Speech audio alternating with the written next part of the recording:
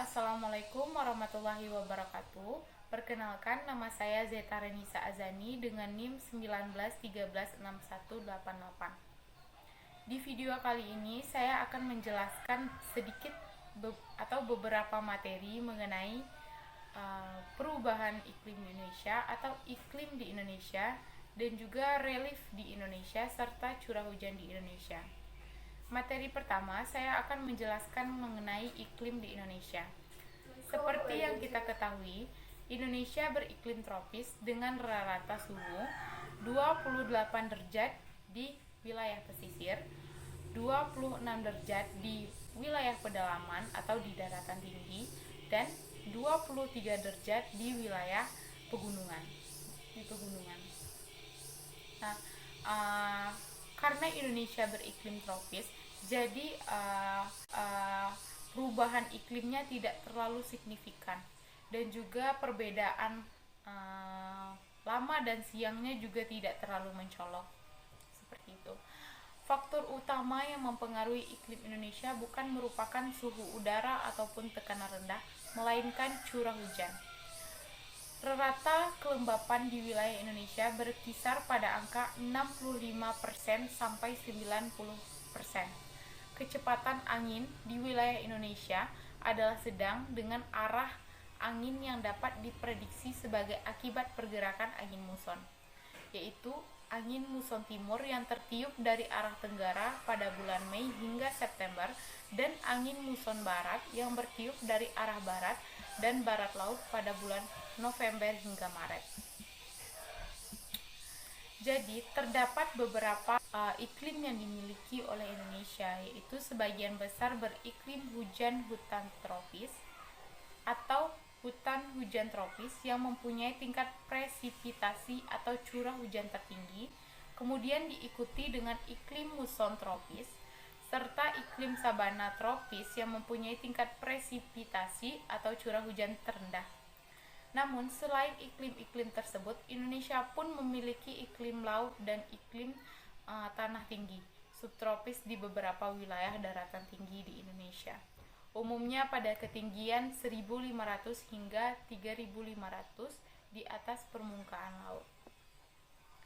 Ya, selain itu, Indonesia juga memiliki iklim tundra, yakni di wilayah pegunungan. Ya. Selanjutnya adalah yang kita ketahui, Indonesia beriklim tropis, dan juga nanti saya juga akan memperlihatkan contoh peta dari iklim muson barat dan juga muson timur seperti itu. Nah, pergerakan angin muson sangat berpengaruh terhadap intensitas curah hujan di sebagian besar wilayah Indonesia. Pada umumnya, angin muson barat yang membawa banyak uap air bergerak dari arah barat dan barat laut Indonesia pada bulan November hingga Maret, sehingga terjadinya musim penghujan. Nah, angin muson timur bersifat kering, bergerak dari arah tenggara Indonesia pada bulan Mei hingga September, sehingga terjadilah musim kemarau. Akan tetapi, pola angin muson ini juga dapat berubah sebagai akibat dari adanya pola arah angin lokal, terutama di wilayah Kepulauan Maluku. Pada angin tahunan yang boros ini berkaitan erat dengan posisi Indonesia yang merupakan tanah genting yang menjadi penghubung antara dua benua, yakni Asia dan Australia. Pada bulan Oktober hingga Maret, tekanan udara yang tinggi terjadi di Gurun Gobi dan menyebabkan pergerakan angin muson dari daratan Asia menuju arah Australia yang bertekanan udara rendah, sehingga melewati Samudra Pasifik dan Samudra Hindia. Angin muson ini kemudian membawa uap air, sehingga terjadilah musim penghujan di Indonesia pada bulan April dan juga pada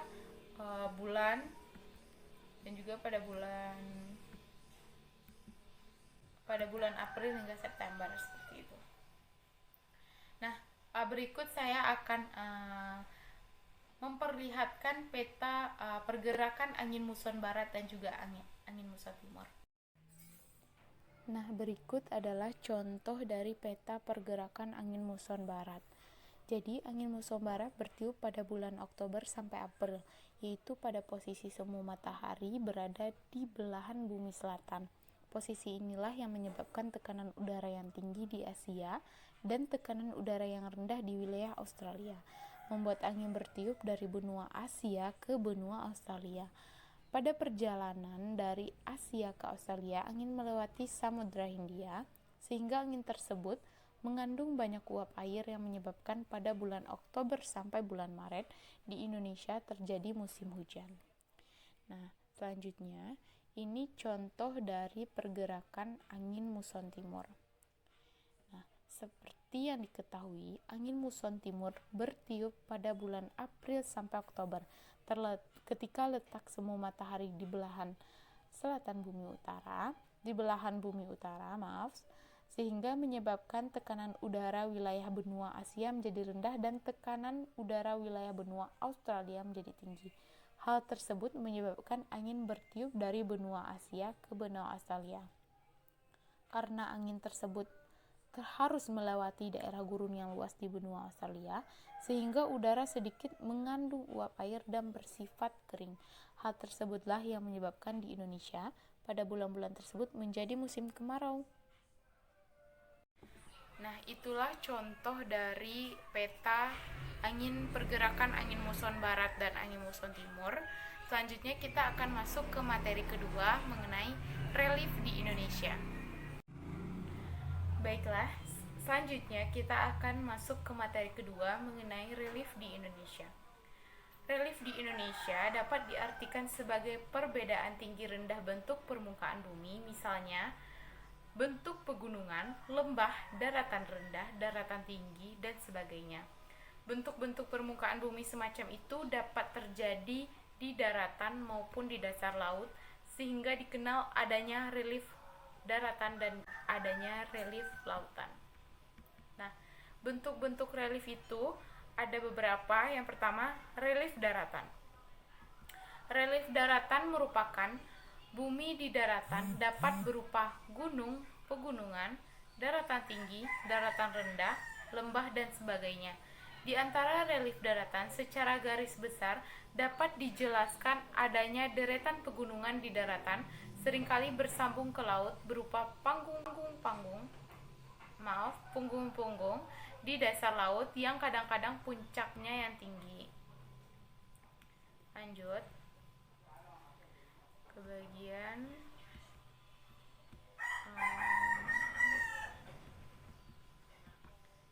nah, nanti saya juga akan memberikan contoh dari relief daratan tersebut ya. Contoh gambarnya gitu. Lanjut dengan relief di lautan atau relief di dasar laut. Relief di dasar laut juga mempunyai berbagai bentuk yang ditimbulkan dan dipengaruhi oleh bermacam-macam faktor, yaitu seperti relief dasar laut sebagai hasil dari dasar sungai yang mengalami penenggelaman sehingga letaknya berada di bawah permukaan laut. Alur-alur sungai semacam ini seperti yang ditemukan di Dangkalan Sunda, Kepulauan Aru, serta Kepulauan Togian. Yang kedua, relief dasar laut yang berasal dari kegiatan organisme di dasar laut yang akhirnya membentuk karang-karang laut. Yang ketiga, relief dasar laut yang dihasilkan oleh adanya pergerakan di dasar laut. Gerakan ini dapat berupa gerakan vertikal atau pengangkatan maupun gerakan horizontal atau lipatan. Nah, berikut saya akan memberikan contoh gambar relief dasar laut dan juga contoh gambar relief di daratan. Oke. Nah, ini contoh gambar dari relief daratan. Jadi ini kayak terdapat seperti gunung, pegunungan, lembah, daratan tinggi, daratan rendah, dan juga bukit. Dan ini contoh dari relief dasar laut. Relief dasar laut ini seperti palung laut, gunung laut, punggung laut, alur laut, saut, dan lubuk laut. Baiklah, kita akan masuk ke materi yang ketiga, yaitu mengenai curah hujan di Indonesia. Seperti yang kita ketahui, Indonesia memiliki iklim tropis. Jadi curah hujannya sepanjang tahun cukup tinggi dan merata juga di seluruh Indonesia. Nah, rata-rata curah hujan di Indonesia itu setiap tahunnya lebih dari 2.000 sampai 30.000 mm per tahun. Frekuensi hujan pada setiap daerah berbeda, bergantung pada beberapa faktornya juga, yaitu yang pertama, letak daerah konvergensi antar tropik gitu, atau dekat. Dekat merupakan area dengan suhu tertinggi dibandingkan dengan daerah sekitarnya, atau disebut ekuator termal. Suhu yang tinggi membuat tingkat penguapan yang tinggi pula, sehingga area tersebut sangat lembab, yang menyebabkan faktor pendukung perbedaan jumlah curah hujan di Indonesia. Yang pertama, curah hujan di Indonesia bagian barat selalu lebih besar dibanding curah hujan di Indonesia bagian tengah maupun timur. Hal ini disebabkan angin muson barat banyak melewati tanah Indonesia barat, dan seperti yang kita ketahui bahwa angin muson barat membawa banyak uap air. Dan yang kedua, curah hujan tinggi terjadi di daerah tinggi, yakni berkisar pada wilayah dengan ketinggian 600 sampai 900 meter di atas permukaan laut, serta daerah pantai wilayah barat. Lanjut ke pembahasan berikutnya. Dan yang ketiga, saat memasuki musim penghujan, hujan bergeser dari barat ke timur dengan pola yang pertama, pantai barat Sumatera sampai Bengkulu mendapat hujan terbanyak pada bulan November. Lampung dan Bangka yang letaknya lebih ke timur mendapat hujan terbanyak pada bulan Desember. Pulau Jawa, Bali, dan Nusa Tenggara mendapat hujan terbanyak pada bulan Januari sampai Februari. Itu mengapa berita banjir di beberapa wilayah di Jawa banyak terjadi pada bulan ini. Nah, ada juga berbagai faktor pendukung telah dijelaskan, dan berikut merupakan daerah-daerahnya. Yang pertama, daerah dengan curah hujan rata-rata per tahun kurang dari 1000 mm. Sebentar. Jadi wilayahnya hanya meliputi 0,6% dari total luas Indonesia. Tanibar. Lanjut, daerah yang curah hujan rata-rata per tahun antara 2.000 sampai 3.000 mm disebut dengan daerah dengan curah hujan normal. Wilayahnya yakni Kalimantan Selatan dan Timur, Sumatera Timur, Papua, Maluku, sebagian besar Sulawesi, sebagian besar Jawa Barat, dan Jawa Tengah. Lanjut ke daerah dengan curah hujan rata-rata per tahun lebih dari 3.000 mm. Kebanyakan terjadi di dataran tinggi, yakni Sumatera Barat, daerah pegunungan Papua bagian tengah, Kalimantan Tengah, serta beberapa wilayah di Jawa, Bali, Sunda, dan Lombok. Nah, selanjutnya nanti saya akan memperlihatkan peta curah hujan Indonesia. Nah, di sini ada contoh peta tipe pola hujan di Indonesia. Jadi, seperti yang warna kuning itu adalah monsoon tipe, yang warna hijau ekuatorial tipe, dan yang warna merah itu lokal tipe. Ini menurut tipe pola hujan di Indonesia menurut BMKG. Nah, ini juga ada peta analisis sifat hujan September 2016 Indonesia menurut BMKG juga. Jadi ini ada sifat hujannya mulai dari bawah normal, normal, dan atas normal. Jadi kalau yang di bawah normal itu 0 sampai 30%, 31 sampai 50%, 51 sampai 84%. Nah, yang dikatakan normal itu dari 85 sampai 115%. Kalau yang di atas normal itu 116 sampai 150%, 151 sampai 200%, dan lebih dari 200%. Jadi masing-masingnya itu mempunyai warna-warna yang berbeda, seperti itu.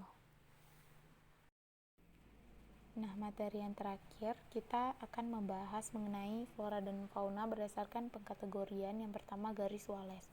Garis Wallace adalah garis yang memisahkan wilayah geografi hewan Asia dengan hewan Australia. Nama garis ini berasal dari penemunya. Dari 1854 hingga 1862, peneliti asal Inggris berkeliling Indonesia untuk mengumpulkan spesimen biologis. Hasilnya, spesies yang ada di Kalimantan, Sulawesi, Bali, Lombok berbeda, padahal pulau-pulau itu berdekatan. Perbedaan ini berasal dari nenek moyang spesies ribuan tahun lalu ketika benua-benua dan pulau bentuknya berbeda dari saat ini. Yang kedua adalah garis Weber. Berbeda dengan Wallace, peneliti asal Jerman Max Kart menemukan bahwa batas pemisah antara fauna Asia dengan Australia melewati Kepulauan Tanimbar. Batas pemisah itu kemudian diberi nama garis Weber. Pada 1919, Weber menamai kawasan di sisi barat garis Weber sebagai paparan Sunda, sedangkan yang di sisi timur sebagai paparan Sahul. Terakhir, garis Lydekker diusulkan oleh geolog asal Inggris bernama Richard Lydekker. Garis Lydekker memisahkan daerah Wallace dengan Indonesia bagian timur. Kawasan di antara garis Wallace dengan garis Lydekker disebut sebagai Wallacea. Wallacea adalah kawasan peralihan antara fauna Asia dengan Australia. Wallacea meliputi Maluku Utara, NTT, Sulawesi, dan NTB.